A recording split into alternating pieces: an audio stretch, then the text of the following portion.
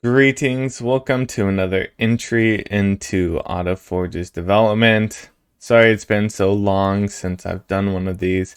I'm gonna see if I can get back into it. But yeah, let's kind of just recap what I have been working on. There's actually a lot that's gone into the game over the last few weeks, so I'll kind of go over all of those things. So a large part of our focus has been kind of just getting the item physics to look and feel good, and I have made good progress on that. So I was first playing around with the actual just like weight of the physics as well as the size, and we can see here if I whoops, let me reopen that. Don't mind that. If I drop an item down, it has some slight bounce, but not too much, and the size is a good size as far as like you can actually see the item, but it's not taking up too much space, right? And then I added in a little cannon so we can try out our items and see how far they can shoot and just see if that feels good or looks good. And I did add in multiple weight classes for items. So we have lumber, which is very light, so you can see it goes very far whenever the cannon launches it.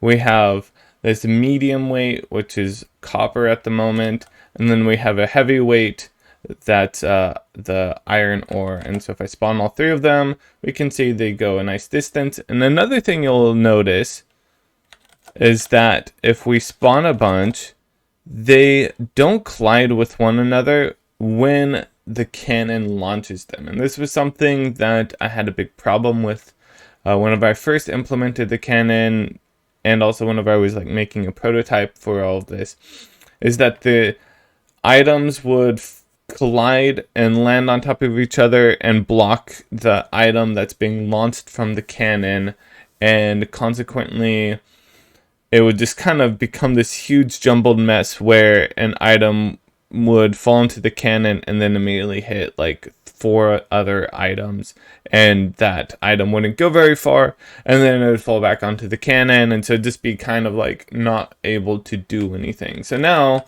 we can spawn lots of items, and as soon as it hits the cannon, it has a like half a second where that item will no longer collide with other items, and then we re-enable the collision after a moment. Another thing I have added in, I'm not sure if we're going to keep or not, is item fragility. And so some items will break if they fall too far.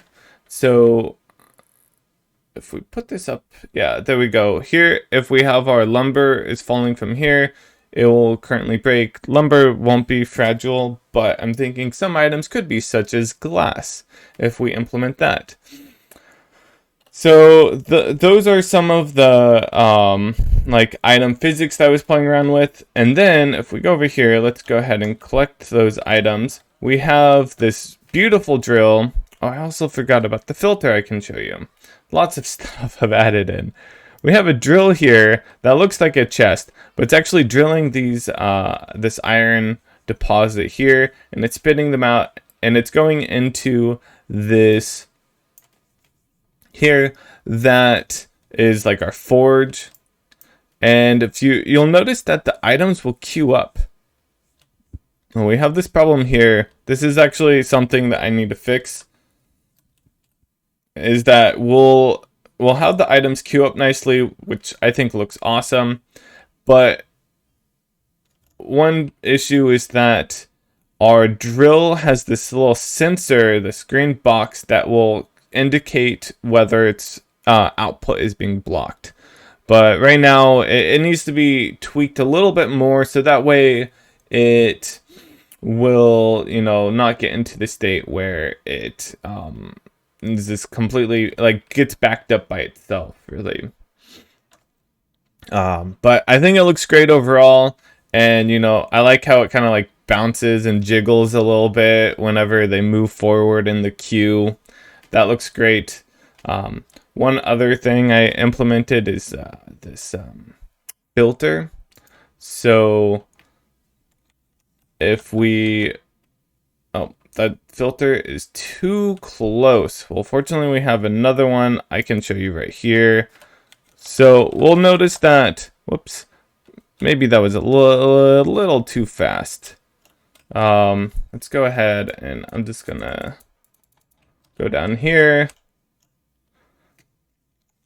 So you'll notice that the lumber goes one way, whereas the other items go the other way. And so this is how filtering will work. I haven't like added in any interface for it yet, but it does work, and it works with the physics, and that's the goal, right? Is having everything be through the item physics and not like working magically behind the scenes.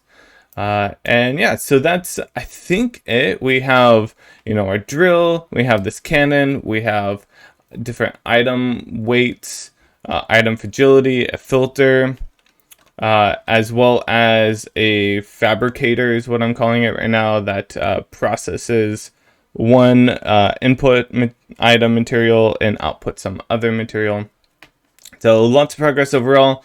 Currently working on the power system, which I'll talk about in my next video. And yeah, that's gonna be it. If you guys would like me to go into any more detail on any of this stuff, just leave a comment down below and I'll read it. All right, well, thanks for watching, guys, and I will see you next time.